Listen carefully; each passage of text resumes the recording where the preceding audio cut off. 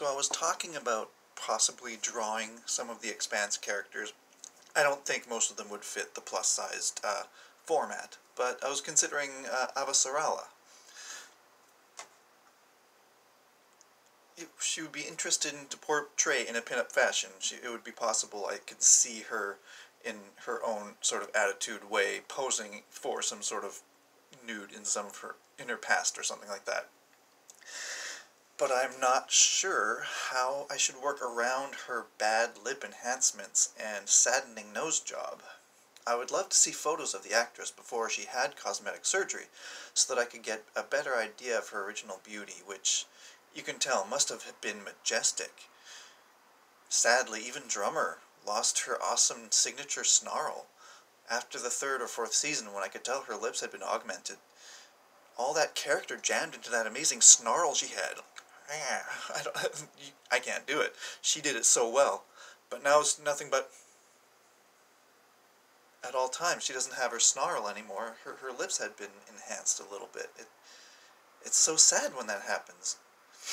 Cosmetic surgery, outside of medical need, outside of transgender need, and outside of artistic interest, like, you know, the lizard people or vampire people or whatever. They can do whatever they wish. Cosmetic surgery is the ultimate form of body shaming, in my opinion. And it encourages a very bad lesson to young people. It sets a very bad example. If you think your face isn't perfect, fix it! Brutalizing your bones for permanent disfigurement works! Until you need an update surgery in a few months because your bones and skin continue to grow while the plastic doesn't. What the hell happened to understanding that every unique face has its own beauty? They do not all need to be doll lips. It's so disturbing looking, and it's permanent, like a full-on anus on their face. And it gets rewarded and praised, damaging those who are amazingly beautiful in their own ways, but have severe esteem issues caused by such praise, and then open ridicule of those who are different. Newsflash, thin-lipped people are equally as beautiful as full-lipped people. Bigger people are equally as sexy as skinny people. Don't brutalize yourself for the sake of another's beauty standards. Hasn't this been my message all along, ever since I made that small free website on Angel Fire back in 1997? I can't believe that while the plus-size acceptance battle seems to be on the rise, proud of my fellow artists and plus-size models and all that stuff out for fighting in the movement, but while that is on the rise, the whole don't break your face or your body for subjective beauty standards battle has been so utterly depressingly lost.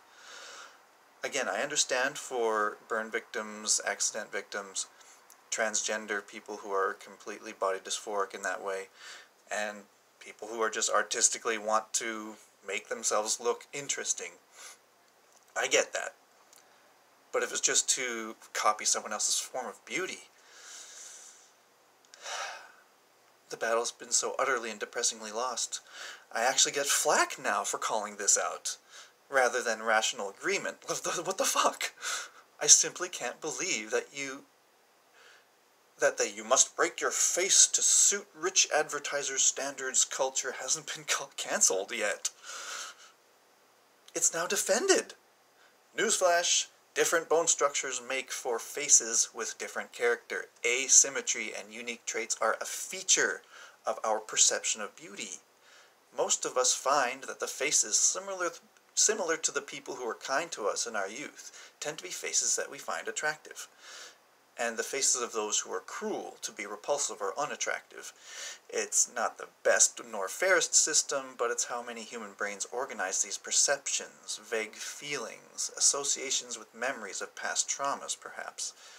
When suddenly everyone looks like a melting robot because someone didn't stop them in their 20s from getting permanently damaging cosmetic surgery that they have to keep updating every few years, every few months, there's no room to find that face type that you specifically loved from your experience with an amazing person you once knew who wasn't augmented.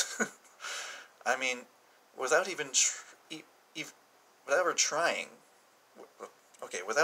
before, who looks at a crackhead and says, okay, I want to try some crack. That looks just fine and dandy.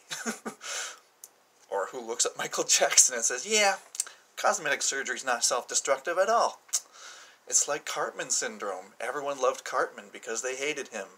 We all knew an asshole like him and would never want him in our lives. So people laughed at him. They began imitating him because they laughed at him. But then imitation became actual mimicry. Bullying others with his bullying catchphrases became cool, and Cartman was everyone's favorite character. Now, for the wrong reasons. They saw him as a role model, someone to emulate rather than to have rightful disgust for. This is what cosmetic surgery has done to the modern beauty. Cosmetic surgery is body shaming. It is the ultimate form of body shaming. I'm just baffled that it has worked this long.